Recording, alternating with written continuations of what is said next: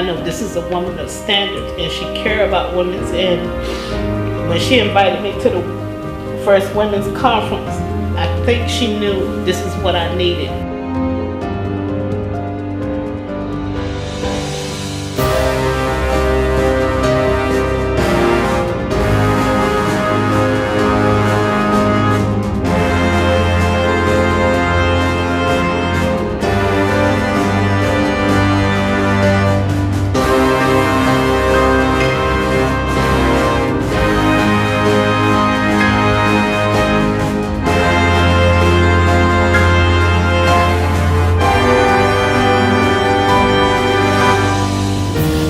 My name is Deidre Sanderlin. I am the founding director of the Women's Economic Development Center at Norfolk State University. I'd like to begin by acknowledging the U.S. Department of Housing and Urban Development.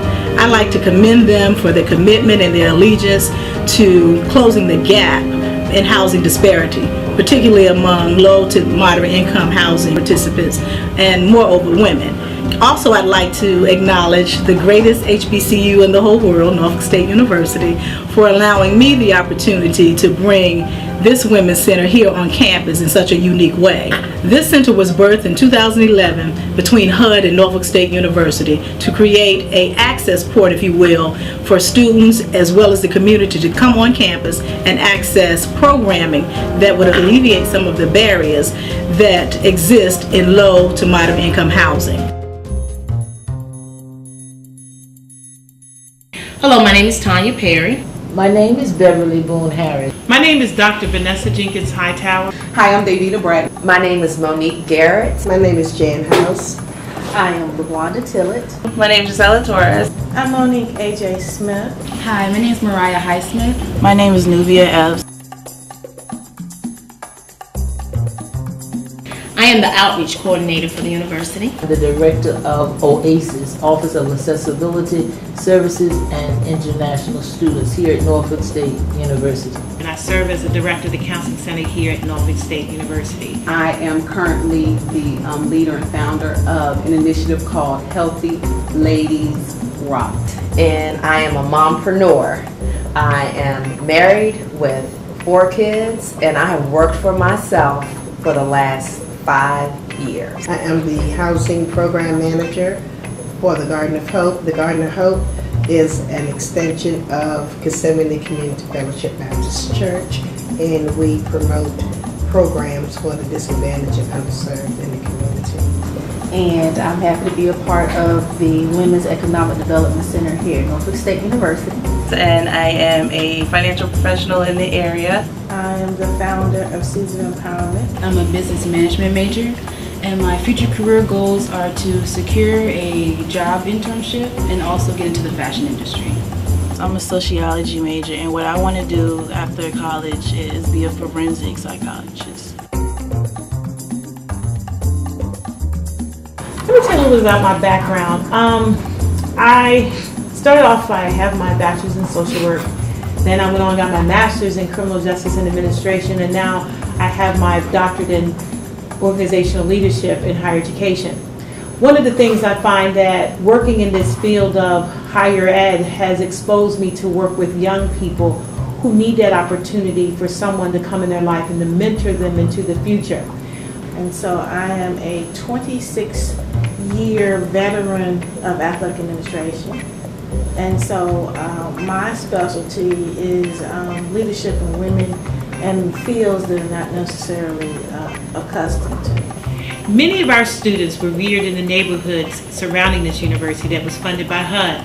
I first came in contact with the Women's Economic Development Center through Deidre Sanderlin, and we were working together on Sisters in Step, and I was able to be their mistress of ceremony last year and had a wonderful time. Even the girls that I mentored, we brought here for every Wednesday. We brought them here for each part of that activity, and I'm glad that we did because several of those young ladies are now students here at Norfolk State University. Having a women's center on the campus of Norfolk State University is quite pivotal because we have a student enrollment ratio, male-female, about 6 females to every male.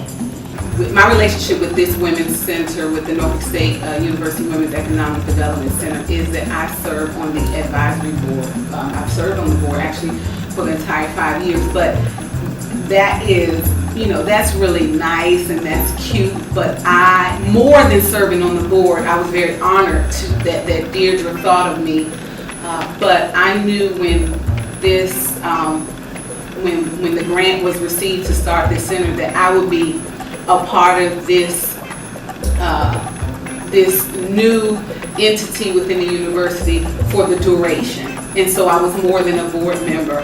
I made a decision to be in the trenches with Deirdre. I also did a program here with women who were aspiring entrepreneurs and just helping them kind of flesh out their plans. And some of them had different businesses, and so it was for a business plan competition. And so we would talk about, what kind of business do you want to start? What do you already have? And they would have to create a marketing plan, a business plan, really think about their target audience. A lot of times we find that young people don't have a lot of exposure with understanding relationships, time management, issues that they may face, such as stress, dealing with things that are at home, how to handle just the everyday life. And I find with all of my experiences that I've had and with all my education, I think that it puts me in a situation to really reach out and help them. I've been working in this field now for over 32 years. And I find that I run into students all the time or individuals all the time, and they say to me, thank you for helping me to see things in a different perspective. And I think the more exposure we give young people, which I have done in the past, it gives them more options in life. When I started my business, I didn't necessarily feel like the support that I needed was there. While I had connections to other women, actually my alias became the Connection Queen. I had my connections to other women and other business owners, but that hub was not necessarily there for me, but was actually being created inside of this Women's Center here at Norfolk State University. The Women's Center here at Norfolk State is invaluable. I don't know if there's any other program like that here in the Hampton Roads. You're at a African American university and you have a program that is about economic development. I worked in municipal economic development for 9 years. And what I found is that most people in our community, specifically the African American community, really don't understand the power of economic development. That this is the entity that comes and helps create homes, that help create businesses, that help bring in resources to fuel the community. So the Women's Center here has been a great resource for me to be able to come and share other things about entrepreneurship, help other people begin to see their dreams and their reality. And I've also loved supporting them with the work that they do in the community in terms of bringing in different speakers and really enlightening people. So when you have such a large percentage of women, you may say, well, they're there together. Shouldn't they be able to support and network on their own? No, they need the direction and the leadership. They need the compassion. They need a warm and fuzzy spot that they can take away from just being a university student and come in and just be women and be in an environment that is nurturing to the issues that are just pertinent to a female, and how she can share her story with other females in a very supportive and a non-judgmental environment. And that's the role that the Women's Center can play on both the students, faculty and staff, and our immediate community. We are in walking distance to various different low-income housing developments, and having that opportunity that you can just walk over and find other women that look like you, that have a story similar to you, but they were able to soar and move beyond where they are. I have come to learn of the Women's Center at Norfolk State most recently, thanks to Mrs. Sanderlin, and just would like to be a huge supporter of anything that would empower women in the area. I did attend Fayetteville State University in Fayetteville, North Carolina. If not for the Women's Center, I would be walking around campus with no purpose. I feel like my mindset would still be average. I wouldn't have, the eagerness or the readiness to graduate and to accomplish my dreams and take on my goals and things like that. If not for the Women's Center, I wouldn't be able to be confident and ready to take on the workforce without the skills that I have been taught throughout this Women's Center. I had some great mentors. We did miss the opportunity of having something such as a Women's Center to kind of help the growth of the females that attended the university. There's always some extra guidance or extra push that we can use as a young female. I started college at 17, and coming from a family of all brothers, there was not really a whole lot of leadership in the woman area that I could find. My mom, of course, is my idol and has always been, but she was also an immigrant coming from another country, and coming into this world was totally new for her. So everything that I learned, I kind of had to figure it out on my own. So it would have been an amazing resource to have a Women's Center available that I can go to and interact with other women, successful women, who could guide me in the path that I wanted to go. The impact of a Women's Center on a university's campus. As a 20-plus year educator, my history in higher ed, I know a little bit about the culture of a university's campus. Now, it's clear that a university's main function is to provide education. We do that. So when you're marketing your university to your students, to the community, we have the academic piece. We have our accolades in the academic sector. How do you then move from the classroom and help that whole person? You have to have elements on your campus that you can sell that will set you apart. Now, Women's Center on an HBCU's campus is a very rare entity in this country. There are only a few, it's just a handful. We're the only HBCU in the state of Virginia with the Women's Center. When I left the CIAA in 2013, the Women's Center was a place for me to come to know how to transfer from being an educator to entrepreneur. And so I do credit this institution for having the foresight to have a Women's Center that can be able to serve the community as well. And so I've been blessed to be exposed to many women who've gone the same path, and they would take some of that and to make it into a profession that's been quite useful for me. In 2014, I served on a panel called Reinventing Yourself to be able to share how I went from being an educator to an entrepreneur.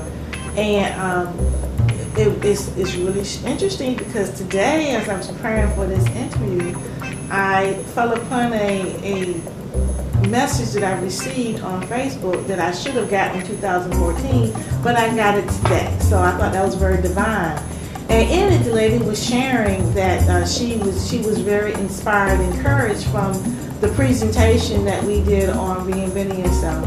And one of the things I shared there was about controlling controllables. And so she, after leaving that workshop, had just been given her pink slip as well. And so she said that laid the groundwork for her about how to navigate. And I think that's the whole part of the Women's Economic Center, is to help women navigate sometimes the unknown. The community viewed the Women's Center as a much needed resource within the community.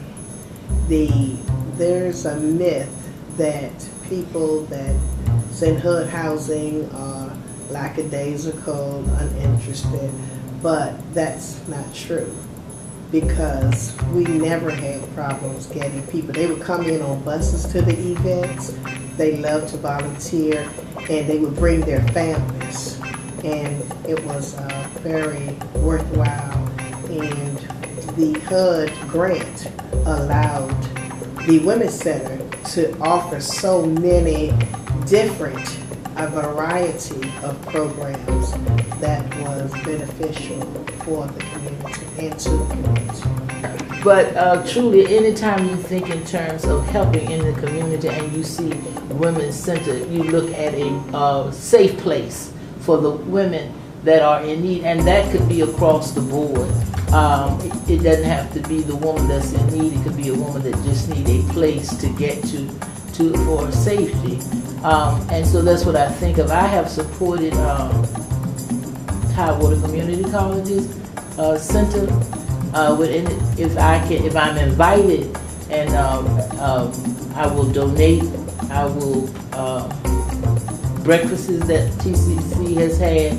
And so when we got our center, I was ready to go right to it, to do anything I could do to assist. So over the years, I have supported the conferences, and anything that Deirdre had a project going on, I tried to assist her in doing it because I knew it was helping other people, women, to increase their lives. The Women's Center has helped change me in a sort of professional way. I now learn how to answer phone calls. At first I didn't. I know how to send emails, professional-wise, write business letters. It kind of helped me professional-wise and how to use my social skills to help other people. I didn't take school as serious when I first started here, first started at Norfolk State University, and I definitely didn't take working, even though as a senior in college, as serious as I should have. But I'm thankful that Ms. Sandlin granted me this job for work study. Even though it's just work study, that's kind of a light term, but I take it very serious because the level of professionalism that her and also Ms. Williams, they require of us work study students to perform is great training for us to take into the real world.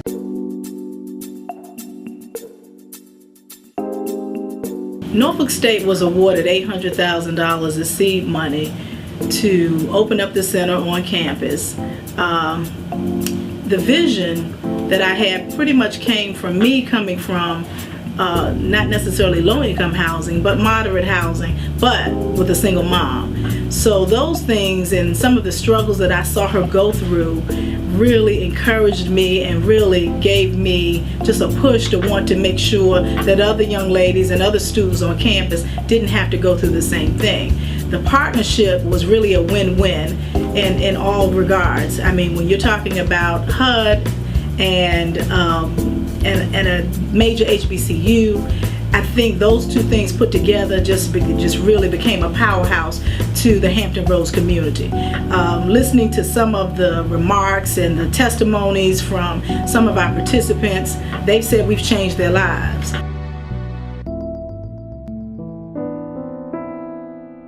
I was giving up, and she encouraged me. She said, "Miss Higgins, you know, we're gonna be all right with Jesus Christ." And I said, I'm going to. Talking to her, I enrolled in TCC. I said, I want to be of service. And I enrolled in human service. She inspired me so much. I know this is a woman of standards, and she cared about women's. And when she invited me to the first women's conference, I think she knew this is what I needed. And I continue to go because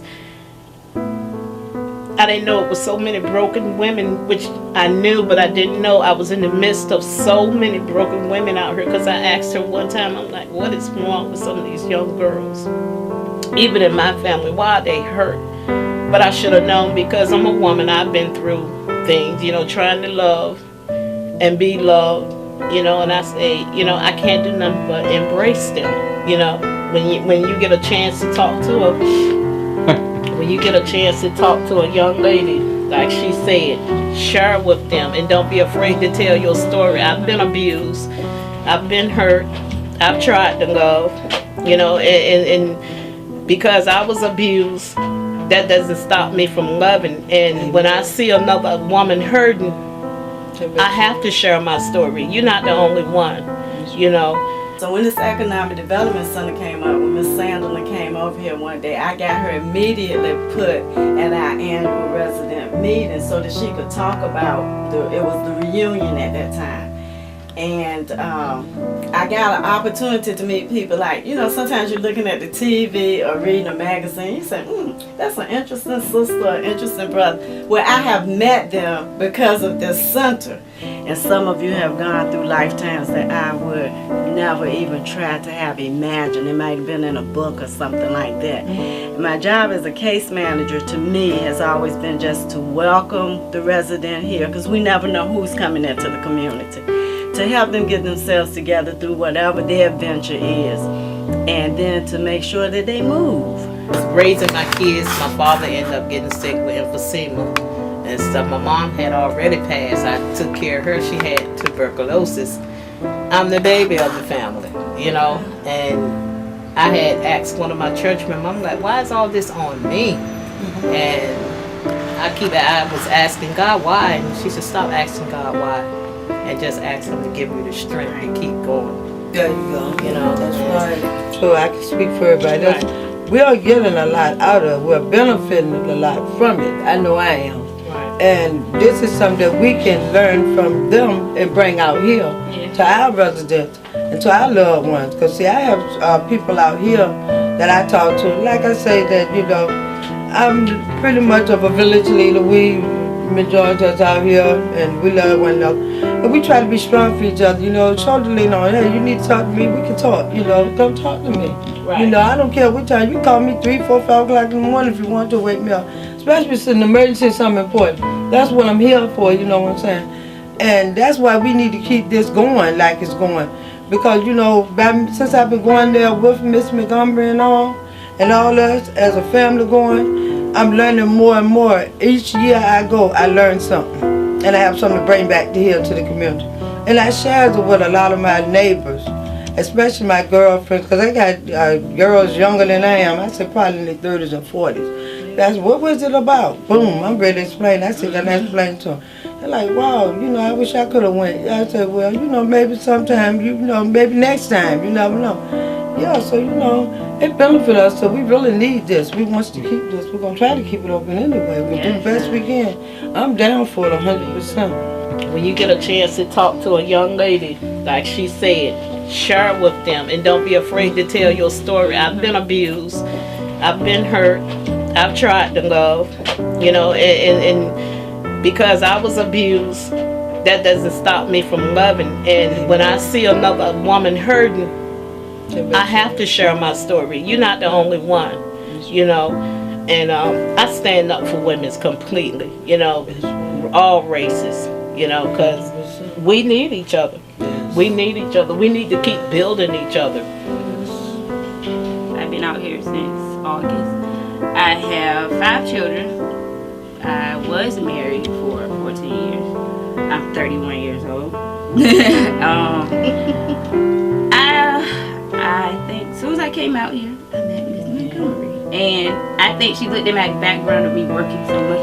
There's a lot of single mothers out here, and she put me in this program, and she thought that me going to Sister in the Step would be good. Something to learn from. And it actually was, because I've talked to different people, and sitting at the table, we are alike. She's older, but I can relate to her, and she can relate to me. I can learn a lot of stuff from her as far as abuse and raising multiple kids and being young. I learned a lot.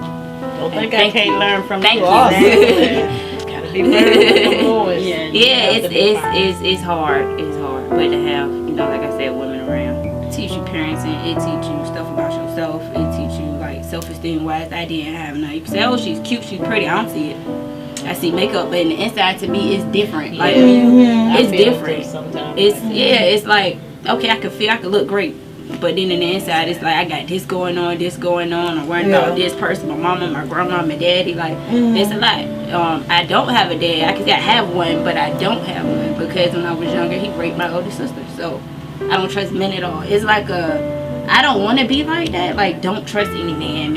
I don't want to be like that, but I do have a hard time trusting people. If I want women to be around and be like, it's going to be okay, it's going to be better, I went through this, you can help other people go through this. It's a lot. You just gotta find those people. The right ones. And it's not a lot of them. I mean, they're in hiding. They're not gonna come out and be like, "Oh, girl, I went through that. I got you. Call me." I think that's a big piece that I look at when I go over to the center, because a lot of times when you're going through something, you think you're the only one that is going through it, and then when you come into a room and people start exchanging just little tidbits and stuff, because there is a sisterhood that I just feel extra love. I really appreciate Ms. Montgomery introducing me to the programs that help women in the Women's Center at Norfolk State.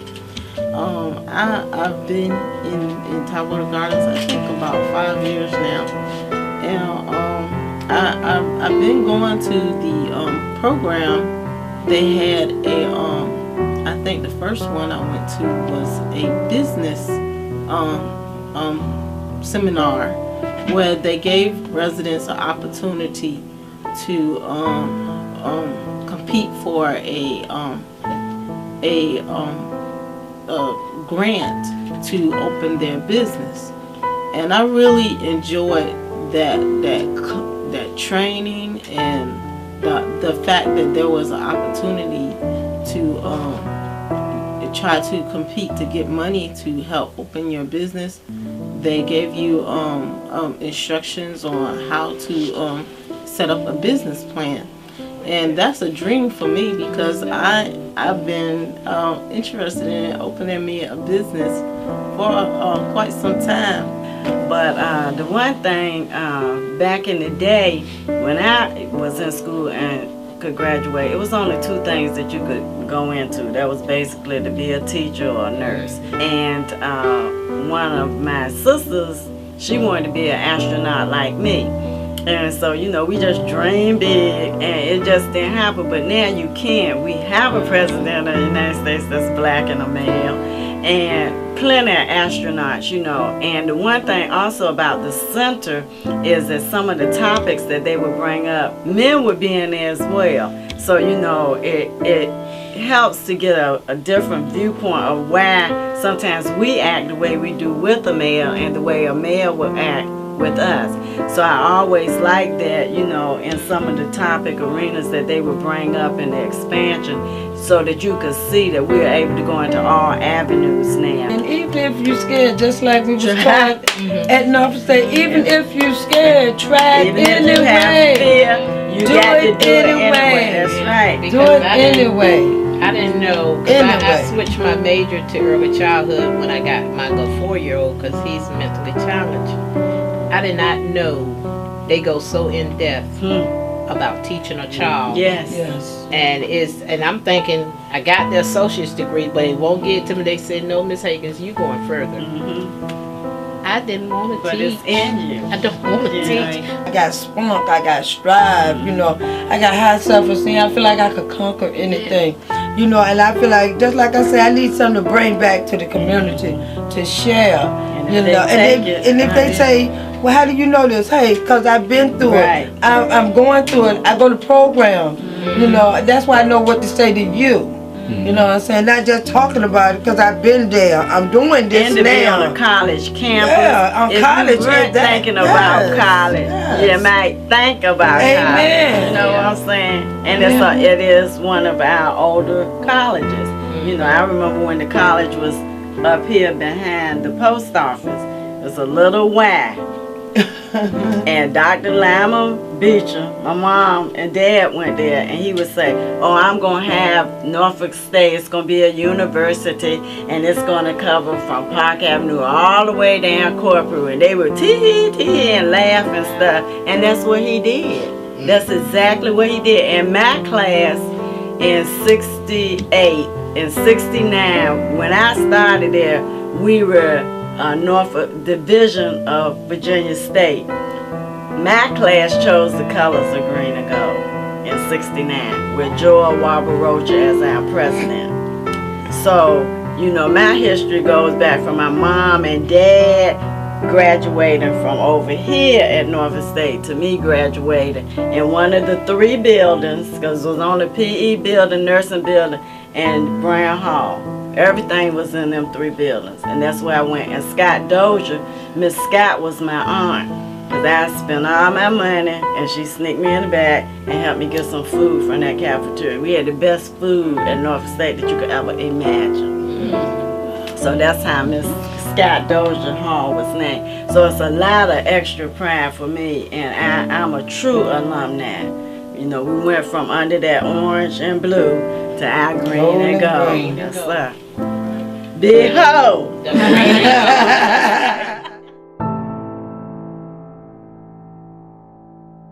There's not a lot of HBCUs that have women's centers. To have contact with the people, it's a resource. It's a resource in itself that if I know something, if there's a voting situation, name it, you can find the resource at the university in that women's center typically. Now, where would we be if we were to lose the Women's Center? I think we would be doing ourselves an issue and injustice. If Norfolk State University lost the Women's Center, I think it would be a travesty. And I'll give you a couple of reasons. Number one, there's no university now that is on the cutting edge of education that does not have a Women's Center. You know, it's disheartening that there's a chance that there may be no Women's Economic Development Center here next year. I don't think anyone's going to really realize the impact of that until it's gone. I think it's going to affect the university because now there is not a centralized location that is dedicated to helping women. The loss of the Women's Center at Norfolk State University would be detrimental to the growth of the community and the education of the hub community in which we serve. I hope that we are able to keep this viable program here. It's a shame to see it come to where we have to, you know, you shouldn't have to beg for something that's a necessity. You shouldn't have to beg for something that if anywhere else it would be a natural part of the program, a natural part of the conversation. If we were talking about athletics, we wouldn't even be sitting here. Well, it will affect it tremendously. I just happened to serve on the recent Sisters in Step committee to bring the 2016, and we brought the Boss Network. I mean, Boss Network CEO Kamika Smith is located in Chicago.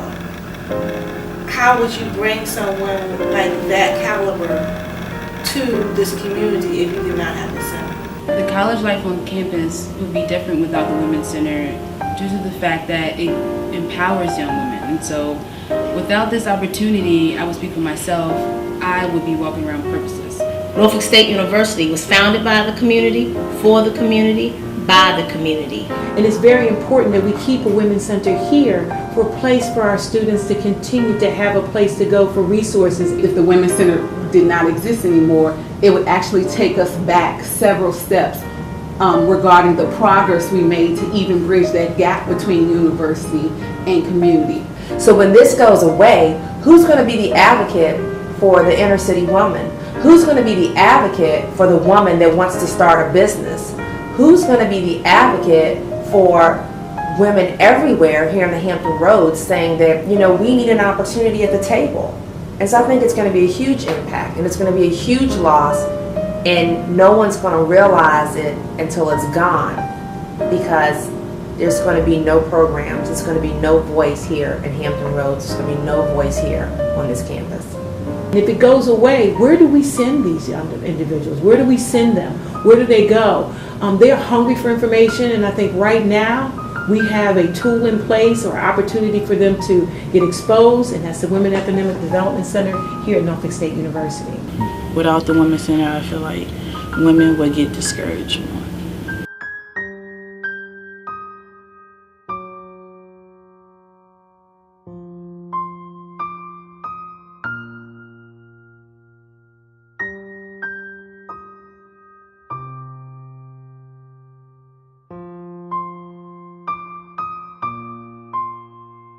I wholeheartedly am just thankful and appreciative of the opportunity to affect so many lives through this partnership with HUD and Norfolk State University.